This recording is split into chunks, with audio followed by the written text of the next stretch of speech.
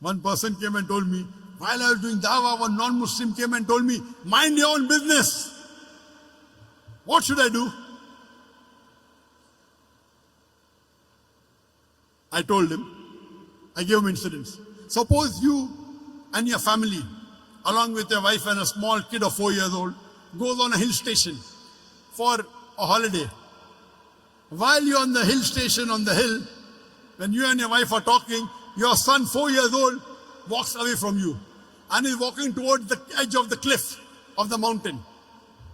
By the time you realize, he is far away, you can hardly see him.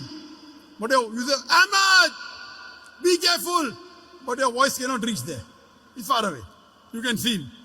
While your son is walking towards the edge of the cliff, there's the elderly gentleman standing at the edge of the cliff and admiring beauty. He looks at your son, he smiles, and he continues admiring beauty. You want to show, oh, mister, save my son. But your voice cannot reach there. Mister, save your son. Save my son, please. Voice cannot reach. The elderly gentleman looks at your son, smiles. He can see your son walking towards the edge of the cliff. After some time, your son falls over the cliff. When you go to that man and tell him, why didn't you save my son? He gives the reply, I was minding my own business. And he's right. He did not push your son, did he? No. Did he tell your son to jump? No. So why should you blame him? He did not tell your son to jump. He did not push your son. Yet you will blame him and tell him, Allah gave him hikmah. He could have saved my son easily.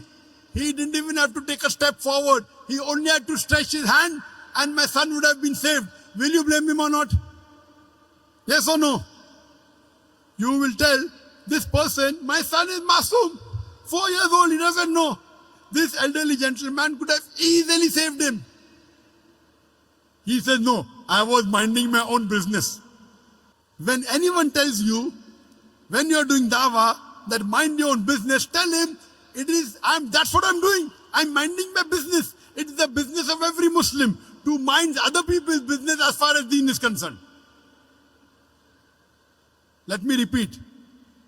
When anyone tells you mind your own business while doing dawah, tell him, it is the business of every Muslim to mind other people's business as far as deen is concerned. كنتم خير أمة أخرجت للناس تأمرون بالمعروف وتنهون عن المنكر. We are the best of people because we are enjoying what is good and we forbid what is wrong. That is what we are doing. We are doing our duty. We are enjoying the good and forbidding what is wrong. We are doing correct. Why you should feel shy? Why you should be ashamed? Imagine if you have a non-Muslim neighbor and you don't do dawah to him and he dies as a mushrik. On the day of judgment, Allah will ask him, did you accept Islam? He'll say no. He said, no one told me. That's right, but didn't you get the message? Allah gives the message himself. He didn't accept Islam. He'll go to hell. Allah will ask you, did you deliver the message to your non-Muslim neighbor? And if you say no, you will follow him. You will follow him because to deliver the message to the non-Muslim is fard. If you do not deliver the message to your non-Muslim neighbor, you will follow him and you will also go to hell. Allah subhanahu wa ta'ala says in Surah Al-Asr, chapter number 103, verse number 1 to 3, the criteria to go to Jannah.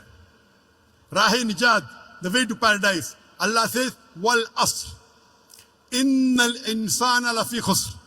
Illa alladhina amanu wa amilu salihati wa tawasaw bil haqqi wa tawasaw bis sabr. By the token of time, man is verily in a state of loss.